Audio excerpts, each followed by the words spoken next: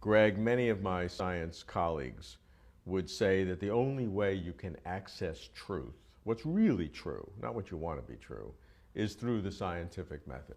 You can't do it through science, you'll never know whether it's true. It may be something good to do, morality, but you'll never know truth.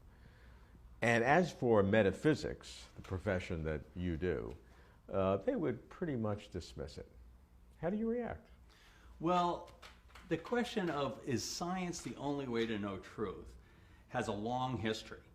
And what's interesting about the question is that there's a claim involved. So some people put forward this claim, science is the only way to know truth. And it's important to frame that claim and ask the question, is it true, and how do we know? Because there is no science that gives any evidence that that claim is true. It's a philosophical claim. So if the claim is true, it turns out to be false. And if we're only relying on science, then the question is, why should I believe that your claim is true? So there's an incoherence in holding forth the position. Because the claim itself is a metaphysical claim. And you can exactly. say it's right or wrong, but you have to walk outside of that in order to make a judgment on that. You have to walk outside the methods. That's the movie. That's the trick you have here. That's the trick about the particular claim.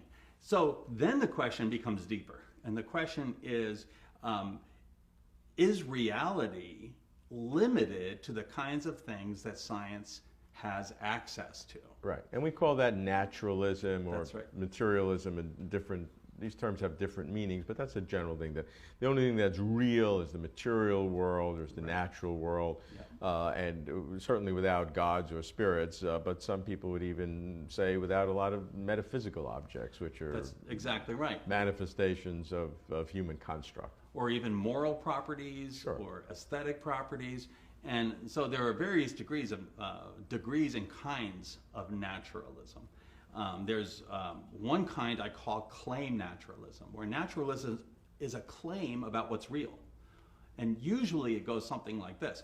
Only the things that science can touch are real.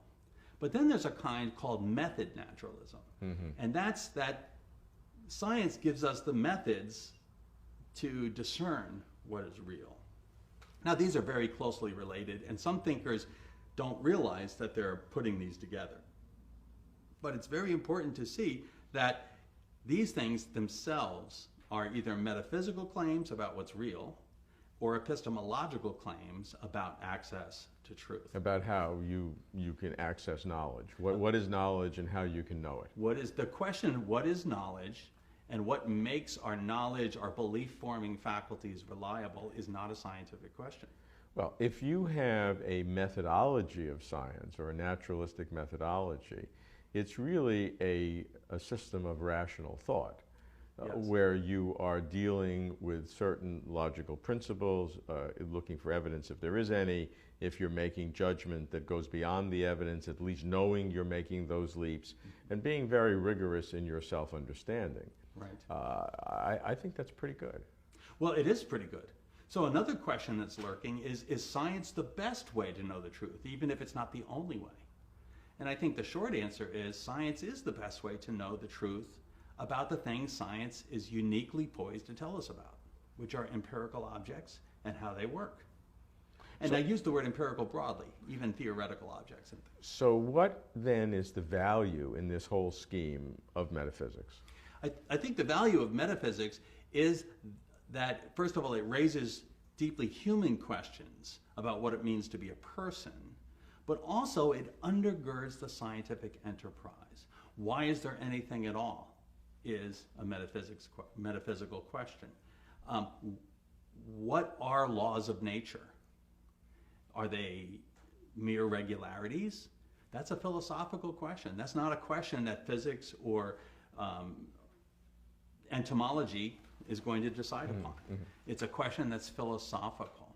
In fact, in the rise of modern science, Descartes began to write philosophy because he saw that the new science had to be grounded in metaphysics. And he was afraid it would all slip away and become in vain if there wasn't a secure metaphysical foundation. And I think he was right. But the claim today is that yes, that may have been the foundation, and now that science has split apart from metaphysics, it's really left it in the rear view mirror where it belongs, because it was good for its time, established science, and now science is the way to truth, and metaphysics is a relic of the late Middle Ages. Well, I can understand someone being tempted to think this, but there are still important questions that only metaphysics can talk about, which is the human person free? What is the nature of human freedom? And how do we know that the human person is free? What are good reasons to believe that? That's not a question that the physicist is going to tell you. Even if the physicist thinks every event is determined, physics cannot tell us that every event is determined. It's a philosophical conclusion. And so what happens is, and I found this in conversation, that scientists often, and people who are fans of science, often don't know how to discern what is a metaphysical question and what's a scientific question. And that's why they think metaphysics is left in the dust. They don't recognize when they've moved from physics to metaphysics. The philosophers tend to recognize it because our turf is so small. We're very sensitive about people stepping on our turf. And we say, wait a minute, I think the philosophers need to speak up here.